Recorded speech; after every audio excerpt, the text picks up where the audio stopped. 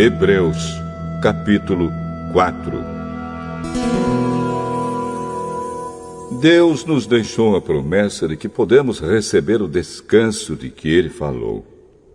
Portanto, tenhamos muito cuidado para que Deus não julgue que algum de vocês tenha falhado, deixando assim de receber esse descanso. Pois, assim como aquelas pessoas ouviram, também nós ouvimos a boa notícia.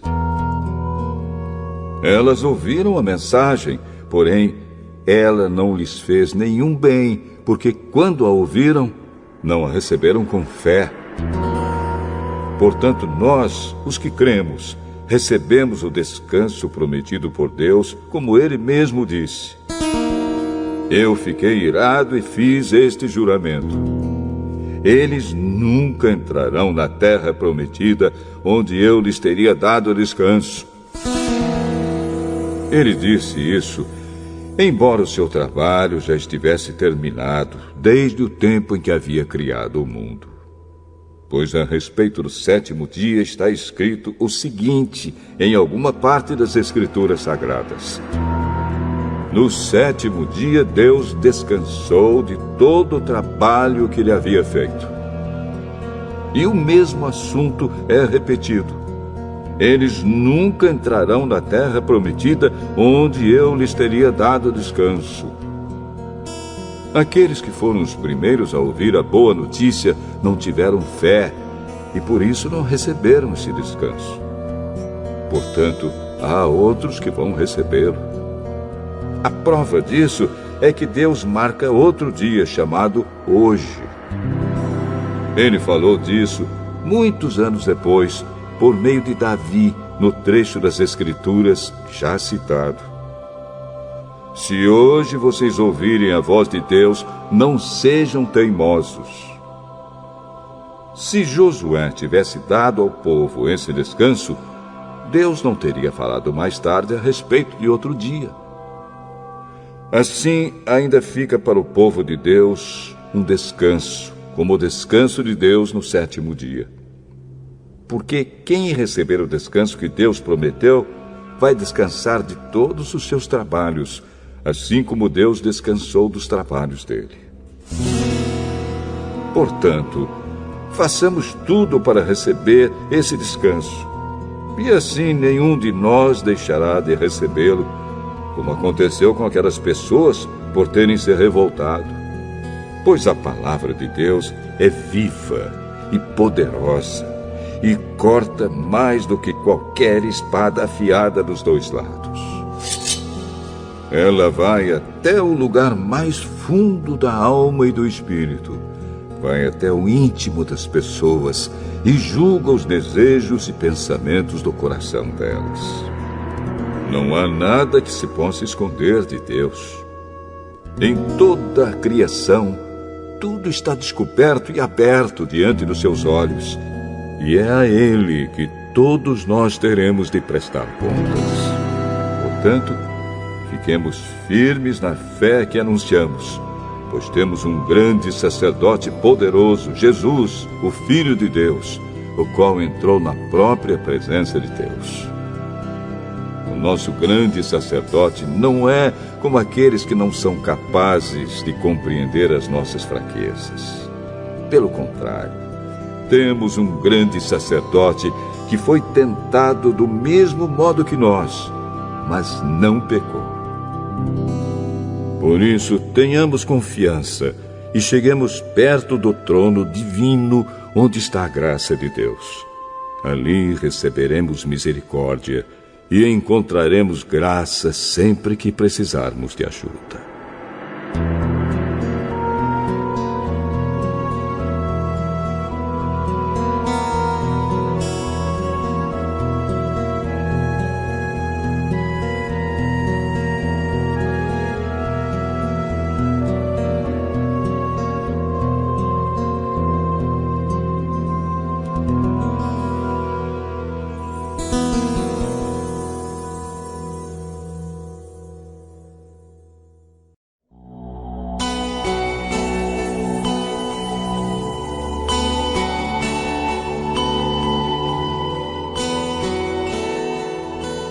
Hebreus, capítulo 5.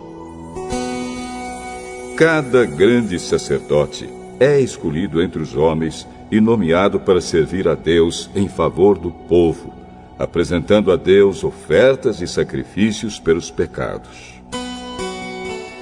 Como ele próprio tem as suas fraquezas, pode ter paciência com os ignorantes e com os que cometem erros. E porque ele mesmo é fraco, precisa oferecer sacrifícios não somente pelos pecados do povo, mas também pelos seus próprios pecados.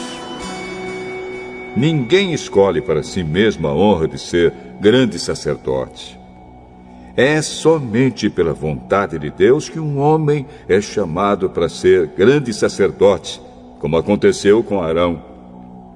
Assim também, Cristo não tomou para si mesmo a honra de ser grande sacerdote. Foi Deus quem lhe deu essa honra, pois lhe disse: "Você é o meu filho. Hoje eu me tornei o seu pai." Em outro lugar das Escrituras Sagradas, ele também disse: "Você será sacerdote para sempre, na ordem do sacerdócio de Melquisedeque." Durante a sua vida aqui na terra, Cristo, em voz alta e com lágrimas, fez orações e súplicas a Deus que o podia salvar da morte. E as suas orações foram atendidas porque ele era dedicado a Deus. Embora fosse o Filho de Deus, ele aprendeu, por meio dos seus sofrimentos, a ser obediente. E depois de ser aperfeiçoado, ele se tornou a fonte da salvação eterna para todos os que lhe obedecem.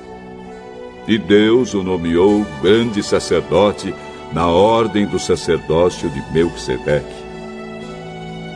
Temos muito o que dizer a respeito desse assunto, mas por que vocês custam a entender as coisas? É difícil explicá-las.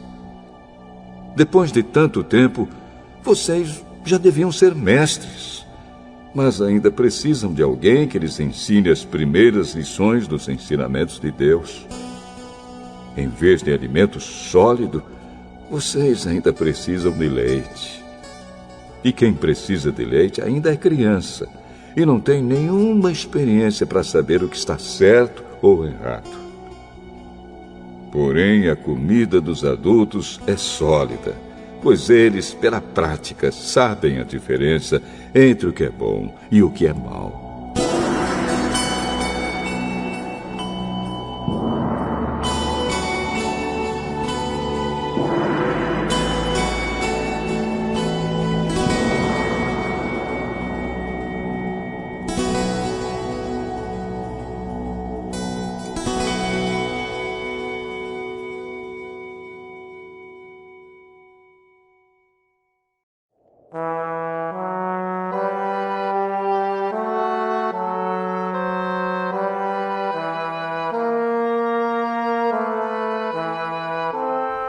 Hebreus, capítulo 6.